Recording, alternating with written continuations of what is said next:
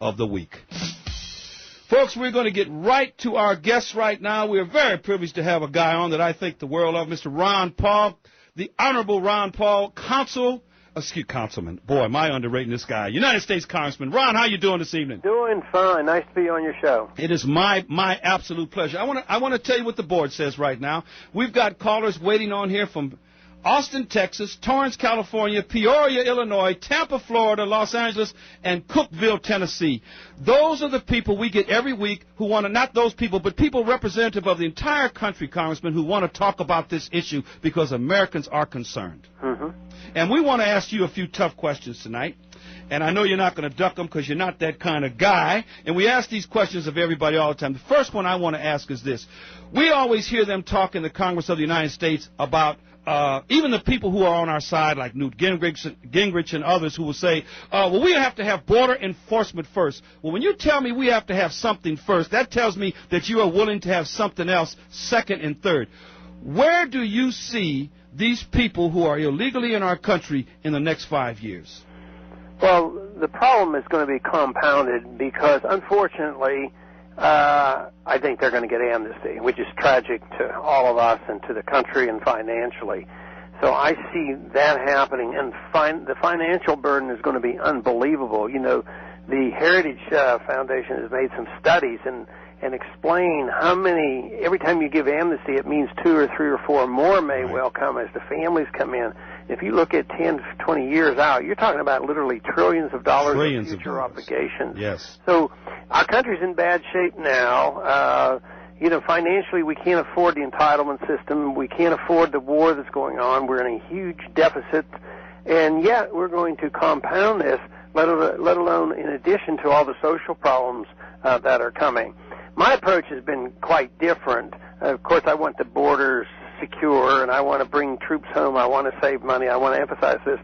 But I think I'm one of the few that has really emphasized stopping the necessity or the laws and the state or the federal mandates on all the states to provide the benefits for the illegals. Right now it's illegal. You know, hospitals are closing down in Arizona and Texas because I'm a physician, and I know what it's like to work in the middle of the night and be required to get up and deliver babies for illegal aliens. And if you don't do it, you can be arrested. I can be fined. And they get free education, free medical care. They get amnesty. They get food stamps. And it's not going to work. So we provide this tremendous incentive for them to come. And I think you have to secure the borders, but I think you also have to remove the incentives. Okay, we secure the borders. We remove the incentives. I am for all of that. Now, we here in the state of California, especially Southern California, are so inundated, Congressman. Some of our neighborhoods now are totally turned into third world barrios. And that's just the way it is because of our proximity to the border. And we have traditionally had this problem here in California, but now it's a lot worse. Are we wrong to want these people deported from our country? No, because it's illegal. I mean, they've broken the law. If you're just a simple law-abiding citizen, you should want that done.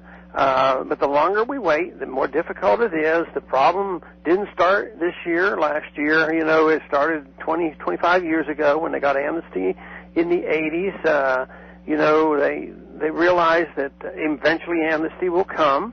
And I think it's also related to the fact that, you know, certain individuals in our government aren't that interested in international borders. They want the North American Union.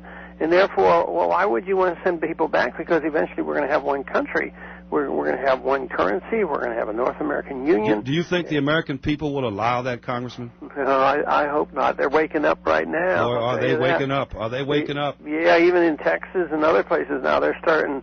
The people are way ahead of the Congress. You can't believe the state legislatures and the people in the individual states are much further ahead than Congress. I imagine you are aware of the fact that many members of Congress either won't believe the stories or they just are denying it. It's and yet they're marching along. I mean, even in this new bill, they're promoting this Security and Prosperity Partnership, which is, you know, another step toward the North American Union. But yes, that is where our hope, and I think that's the only place where we hope for anything, is the American people get what they deserve and get what they want. If they wake up and demand it, the politicians even if they're not principled or philosophic, they will respond, but it's up to the people to wake up. Well, you know, Congressman, I agree totally with you. And in my lifetime, and I'm sure in yours, especially your life as a United States Congressman, I'm sure you have never seen the citizen activism that's happened in the last few months. This is unprecedented.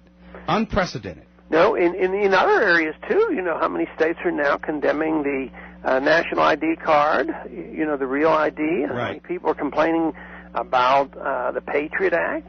So they're starting to realize that there's a threat to our civil liberties, that we're losing our rights, that habeas corpus has been suspended. We lost our security in our homes, that they can come in without search warrants. I mean, we're going backwards, and fortunately, the American people are waking up. Well, you know, when we announced you were going to be on the show, we got quite a bit of mail, and I'm going to be honest with you, most of that mail was from people who are huge fans of yours. I mean, you have a very huge fan base, not just in your home state, but also across the country. But I was also asked by some people to ask you certain questions, and here's one of them. You voted for 245I on more than one occasion. What was your reason? 245? 245I. That was the one where the illegal alien pays a $1,000 fine and changes their status to legality.